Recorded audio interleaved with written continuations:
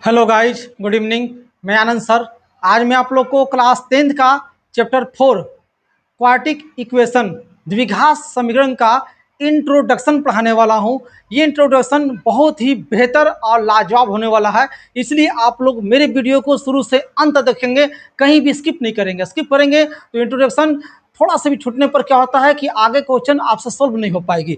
ठीक है, अगर मेरे चैनल पर जो नए हैं वो जल्द से जल्द सब्सक्राइब करें और नोटिफिकेशन बेल को घंटी बजा दें। और जिस लोग को मेरे वीडियो देखने पर अच्छा लगे, समझ में आए, वो हमें लाइक करेंगे, जिन्हें समझ ना आए वो कमेंट करेंगे। तो चलिए ज़्यादा समय ना लेते हुए मैं वीडियो शुरू करता हूँ। चलिए, सबसे पहले आपके बोर्ड पर स्क्रीन पर लिखा हुआ है क्वाड्रेटिक इक्वेशन। क्वाड्रेटिक इक्वेशन आपको ये चैप्टर है जो पढ़ना है। क्वाड्रेटिक इक्वेशन का मतलब होता है द्विघात समीकरण। तो देखिए ध्यान से लिखा हुआ क्या, the quadratic equation is a polynomial equation in a single variable with degree 2। कहता है क्वाड्रेटिक इक्वेशन जो है एक पोलिनोमियल या एक इक्वेशन है, पोलिनोमियल इक्वेशन है। ठीक है, इन ए सिंगल वेरिएबल, इसका जो वेरिएबल आएगा वो सिंगल आएगा और साथ ही साथ डिग्री जो है उसका पावर 2 रहेगा। एग्जाम्पल के रूप में आपको दिखा दें, मान लेते हैं कि मैंने एक्स ले लिया।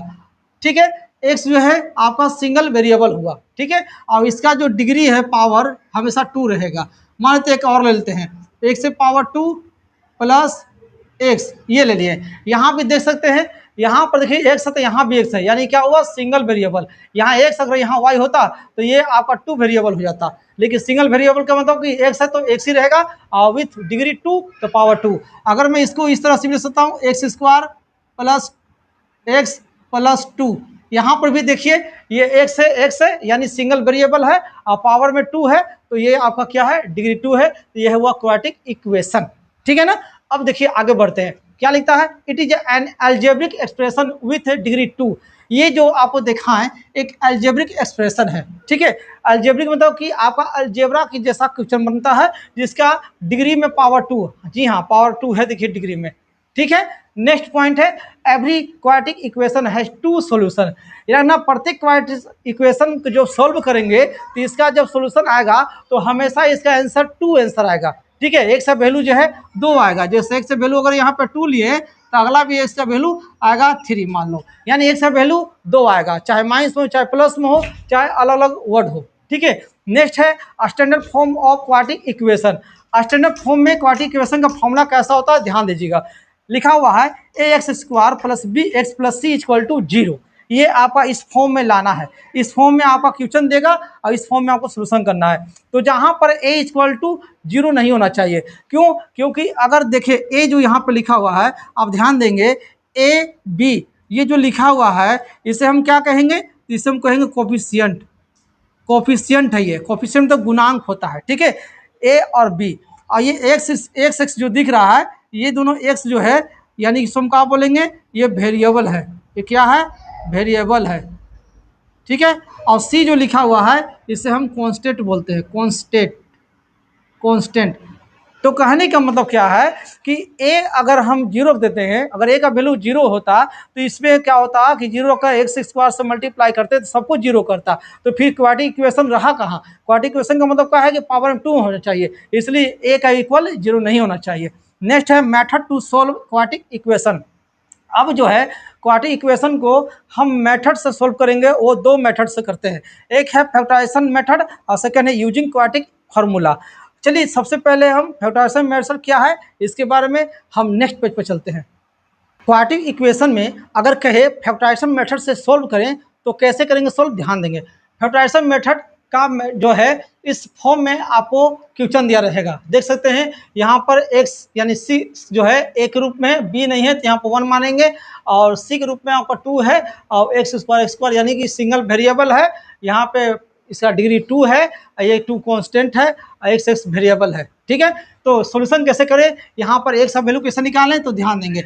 सबसे पहले ऐसे क्वेश्चन को कैसे करते हैं सोल्व, स्टार्टिंग में जो एक्स स्क्वायर के साथ वर्ड होता है इसको लिख लेते हैं 6, और जो लास्ट में कांस्टेंट होते हैं 2 इनके साथ लिखते हैं 2 और दोनों को मल्टीप्लाई करते हैं। अभी जो 12 मेरा आया, 12 का फैक्टर करेंगे कि किस किस टेबल में आता है, तो सबसे पहले 2 के टेबल पर रहेंगे तो 6 बार में आता है 12, फिर 2 के बाद 3 के टेबल पर रहेंगे तो 4 बार में आता है 12, फिर अगला जो है 6 का 12 पढ़ेंगे 2 बार में 12 आता है, फिर 12 को 12 पढ़ेंगे 1 बार में।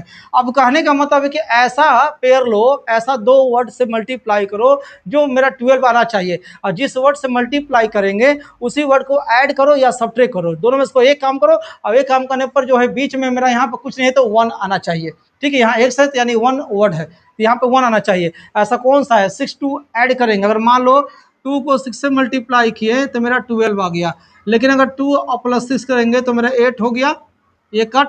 अगर 6 में से 2 सब्ट्रैक्ट करेंगे तो मेरा 4 हो गया, ये भी मेरा कट, ठीक है। यानी इसका काम नहीं हुआ। 3 और 4 को अगर मान लेते हैं 3 और 4 को मल्टीप्लाई किए तो मेरा आ गया 12, 4 और 3 को ऐड किए तो मेरा हो गया 7, और 4 में से 3 गया तो मेरा हो गया 1। लीजिए ये आ गया, यानी बिल्कुल 3 इंटू 4 लेके चलेंगे, ठीक है। तो देखिए यहाँ पे 1 लाना है, सबसे पहले 1 लाना है, तो 4 में से 3 गया तो 1, लेकिन यहाँ पे x लिखा हुआ है तो दोनों में x लगा देंगे, ठीक है। तो क्या करेंगे, 4x minus 3x equal to 1x, लेकिन यहाँ पे 1 नहीं लिखते हैं, सिर्फ x लिखते हैं। अब एक और बात, यहाँ देखिए एक से पहले माइनस लगा हुआ है, तो यहाँ पे माइनस नहीं प्लस में है, तो क्या करेंगे, बड़ा वर्ड के सामने माइनस लगा दो और छोटा पर प्लस कर दो, तो माइनस प्लस माइनस, तो बड़ा वर्ड सामने आपका साइन जो रहेगा वही यहाँ पे साइन हो जाएगा। तो इनके जगह पर ये दोनों लिख सकते हैं, ठीक है। तो चलिए शुरू करते हैं। सबसे पहले स्टार्टिंग जो दिया हुआ टर्म उसको लिख देंगे सेम, और लास्ट में जो कांस्टेंट होता है वो भी लिख देंगे same equal to 0। Minus S के जगह पे क्या करेंगे, माइनस ए जगह पे ये बैठा देंगे, क्या लिखेंगे, तो आप चाहे तो पहले ये भी लिख सकते हैं या तो ये, तो पहले चलो प्लस ले लेते हैं, प्लस 3x, उसके बाद माइनस 4x। अब ये दोनों के बीच में मैं क्या करूँगा, कॉमन लूँगा, ये दोनों के बीच में कॉमन क्या आ सकता है, तो 3 आ सकता है, 3 2 6, दोनों में 3 है, और डबल एक्स या सिंगल एक्स, सिंगल कॉमन आएगा एक्स, और 3 2 6, 2 बार में डबल एक्स है तो एक्स भी आ गया, प्लस 3x तो कॉमन है, तो यहाँ पे कोई नहीं बचा तो 1 लिख देते हैं, माइनस हो गया। अब यहाँ 4 यहाँ 2 है, दोनों में कॉमन क्या आएगा, तो 2 2 4, दोनों में 2 कॉमन आ जाएगा, 2 लिख देंगे।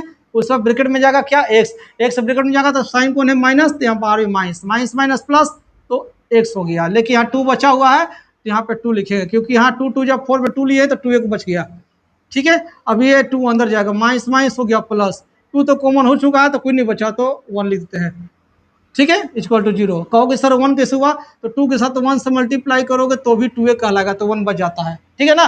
ध्यान देंगे, समझेंगे शुरू से अंत तक। मैं थोड़ा स्पीड बता रहा हूँ इंट्रोडक्शन, ताकि आप लोगों को जल्द जल्द वीडियो ज़्यादा हो, ठीक है। अब देखिए ब्रैकेट में जो दोनों सेम आ गया तो समझिए कि हम लोग सही बना है, अगर डिफरेंट आ जाता तो गलत होता है, या तो साइन डिफरेंट या तो वर्ड डिफरेंट, तो ये गलत हो जाती है, लेकिन सेम है। तो क्या करो, एक ब्रैकेट से उठा लो, 2x + 1, आप चाहे तो बाहर वाला पेन ले सकते हैं या तो ब्रैकेट वाला, बात तो वही है, मल्टीप्लाई के रूप में लिखाता है। अब क्या करेंगे, इसको 2 भाग में बांट देंगे, इक्वल 0 कर देंगे, एक 2x + 1 इक्वल टू 0 कर देंगे, अब एक है 3x - 2 इक्वल टू 0 कर देंगे, ठीक है। दोनों को 2 भाग बांट दिए, अब एक से वैल्यू निकालना है तो 2x ही रह जाएगा, इक्वल टू प्लस से इक्वल का राइट में जाए तो -1 हो जाता है, एक से ही छोड़ देंगे तो -1 है, ये मल्टीप्लाई में तो डिवाइड में 2 हो जाती है, एक से वैल्यू आ गया। यहाँ देखिए 3x छोड़ देंगे, इक्वल टू माइनस इक्वल में जाएगा 2, यानी इक्वल के राइट में जाएगा तो 2 प्लस में हो जाएगा, एक से ही छोड़ देंगे तो 2 पहले से है, मल्टीप्लाई में 3 के साथ है तो राइट में जाएगा तो डिवाइड हो जाएगा, इसलिए सो x इक्वल टू -1/2 और 2/3, इस तरह से मेरा फाइनल आंसर आ गया। समझ में आ गया, आया तो जल्दी जल्दी लाइक कीजिए और प्यारा प्यारा कमेंट कीजिए। नेक्स्ट है, क्या है, यूजिंग क्वाड्रेटिक फार्मूला, यानी कि क्वाड्रेटिक, अब जो है क्वाड्रेटिक फार्मूला यूज करेंगे। क्वाड्रेटिक फार्मूला क्या है, तो देखिए सबसे पहले इस टर्म में आपको इस फॉर्म में लिखना है फार्मूला, ठीक ना, इस फॉर्म में आपको क्वेश्चन दिया जाएगा। तो सबसे पहले देखिए quadratic formula, nature of roots निकालना कभी कहे तो उसको एक्स लेके चलेंगे, कोई एक्स वैल्यू आएगा तो फार्मूला का होगा -b + -√100b² - 4ac ओपन में 2a, ठीक है। इस फार्मूला को यूज करके आप नेचर रूट्स निकाल सकते हैं, लेकिन आप इससे शॉर्ट फार्मूला एक और है, x equal to -b + -√100d/2a, यानी आप डायरेक्ट d का वैल्यू बैठा देंगे इसके सोल्यूशन करने के बाद तो आपका ये आ जाएगा, ठीक है। तो ज़्यादातर इसका यूज होता है, क्योंकि कहीं कहीं अगर आप लोग को ये नहीं देगा तो आप फंस जाएंगे, ठीक ना, तो d कहीं वैल्यू दे देगा तो आप d निकाल सकते हैं। सबसे पहले d निकालने का फॉर्मूला b² - 4ac, इस फॉर्मूला यूज करेंगे तो d निकल जाएगा आपका, ठीक है। हो सकता है आपको डी का फॉर्मूला नजर नहीं आ रहा होगा, तो मैं लिख दे रहा हूँ d equal to b² - 4ac, ठीक है। अब देखिए नेचर ऑफ रूट्स, क्या क्या रूट्स का नेचर होना चाहिए, ध्यान दीजिएगा। सबसे पहले अगर d जो है 0 से बड़ा हो जाती है, अगर आंसर में d 0 से बढ़ा जाती है तो यहाँ पे 2 डिस्टेंस आपका रियल रूट्स निकलेगा, यानी एक का वैल्यू जो है 2 निकलेगा। कैसे, x इक्वल टू 2 तो x इक्वल टू 3। कहने का मतलब कि x का वैल्यू 2 आंसर आएगा, या तो x पावर 2 या कुछ भी, बस x का वैल्यू 2 ठो आएगा। ठीक है, अगर 0 से बड़ा हो d का वैल्यू आएगा तो, अगर d का वैल्यू इक्वल हो जाएगा 0 से, अगर जीरो का d का वैल्यू अगर 0 आ जाता है तो यहाँ पर 2 इक्वल रियल रूट्स आएगा, और रूट्स में आएगा तो क्या है, x का वैल्यू अगर मान लो 6 है यानी सेम आएगा। कहने का मतलब इक्वल आएगा, दोनों जो आंसर आएगा इक्वल। अगर x इक्वल टू 6 आया तो अगला भी x इक्वल टू 6 ही आएगा, यानी दोनों का वैल्यू सेम आ जाएगा, या तो x इक्वल टू 2 तो यहाँ भी x इक्वल टू 2 हो जाएगी। नेक्स्ट है d से अगर आपका 0 बड़ा हो जाती है, d से 0 बड़ा हो जाती है तो नो रियल रूट्स, इसका आंसर ही नहीं आएगा, इसको सोल्यूशन आगे नहीं करना है, बस d का वैल्यू निकाल कर आपको आगे जो है क्या है इस फॉर्मूला पे नहीं बैठाना है, क्योंकि आंसर जो है x का वैल्यू हो सकता है कि माइनस में आ जाए, यानी आपका जो है d का वैल्यू अगर माइनस में आ गया, ठीक है -7, तो ये बताइए जब हम रूट में डालेंगे तो क्या रूट से माइनस कभी बाहर निकलता है, नहीं निकलता है, इसलिए इसका वैल्यू आपका रखने पर कोई फायदा नहीं है, तो आपका यहीं तक आंसर रह जाएगा, इसलिए इसका d से अगर बड़ा 0 हो जाती है तो ये आंसर ही नहीं आएगा, इसका सोल्यूशन नहीं होगा। अब मान लेते हैं कि इस रिलेटिव से मैं क्या करता हूँ, यूजिंग करता हूँ क्वाड्रेटिक फार्मूला से और सोल्यूशन करता हूँ। लीजिए आपके सामने एक एग्जांपल लिया, जैसे फैक्टराइजेशन मेथड लिया था वैसे यूजिंग करेंगे अब हम क्या फार्मूला से।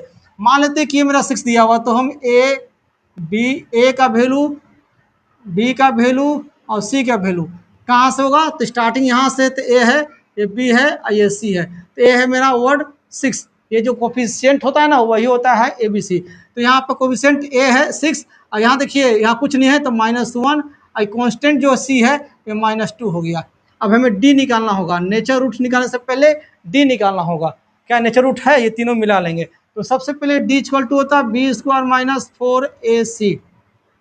बी का वैल्यू आप बता सकते क्या है, बी का वैल्यू -1 रखेंगे का होल स्क्वायर -4 इंटू ए का वैल्यू है 6 इंटू सी का वैल्यू है -2, जहाँ जहाँ माइनस आया है वर्ड के साथ हम उसे ब्रैकेट में डाल दिए हैं। ठीक है, अब ध्यान देंगे माइनस का स्क्वायर माइनस माइनस प्लस 1 का स्क्वायर 1 माइनस यहाँ माइनस सारा मल्टीप्लाई में, तो -1 प्लस 4 6 जा 24 24 2 जा 48 ऐड करेंगे तो 49। आप देख सकते हैं कि ये जो है डी 0 से बड़ा आ चुका है, डी जो है 0 से बड़ा आ चुका है, तो आपका जो है इस एंगल में आ गया, यानी एक से वैल्यू 2 ठो आने वाला है। तो चलिए एक से वैल्यू निकालना है, यानी नेचर रूट निकालना है, नेचर रूट्स निकालना है। तो x इक्वल टू का होता है फॉर्मूला -b प्लस -√100d/2a, इस फॉर्मूला का यूज करेंगे। ठीक है, माइनस b का वैल्यू कितना है जी, b का वैल्यू -1 है, फिर से माइनस है तो एक ब्रैकेट में डाल देंगे, एक तो फॉर्मूला का माइनस था, एक b का वैल्यू है -1 तो अंदर डाल देंगे फॉर्मूला में। अब प्लस माइनस √100d, d का वैल्यू कितना है तो रूट के अंदर डालेंगे 49 ओपन में 2 इंटू ए का वैल्यू कितना है जी, तो ए का वैल्यू 6 है, बैठा दिया ए का वैल्यू 6। ठीक है, ब्रैकेट तोड़ेंगे माइनस माइनस प्लस तो 1 बचेगा, प्लस माइनस है दोनों लिख दीजिए, रूट से निकलेगा बाहर 49 का 7 होता है रूट स्क्वायर 2 6 जा 12। अब इसी को 2 भाग में बांट देंगे। ठीक है, 2 भाग में कैसे बांटेंगे, एक बार प्लस करेंगे, ठीक, एक बार प्लस कर दिए और एक बार माइनस कर देंगे, क्योंकि प्लस माइनस दोनों था। देखिए एक बार प्लस किया था तो प्लस किए, एक बार माइनस है तो माइनस कर दिए। ऐड करेंगे 7 और 1 8/12, यहाँ पे क्या है 7 में से 1 गया तो -6/12, काटेंगे दोनों 4 के टर्म कटेगा 4 2 जा 4 3 जा, यहाँ पे 6 2 जा 12 ऊपर गुनी तो 1, यानी 2/3 और -1/2, x इक्वल टू का हो गया आंसर, तो 2/3 और -1/2। आप देख सकते हैं फैक्टराइजेशन मेथड से भी मैं सोल्व किया था तो यही आंसर सेम आया था। उम्मीद है कि आप लोगों को समझ में आ गया है, अगर समझ में आ गया है तो आपका जो है आज का इंट्रोडक्शन कंप्लीट हुआ।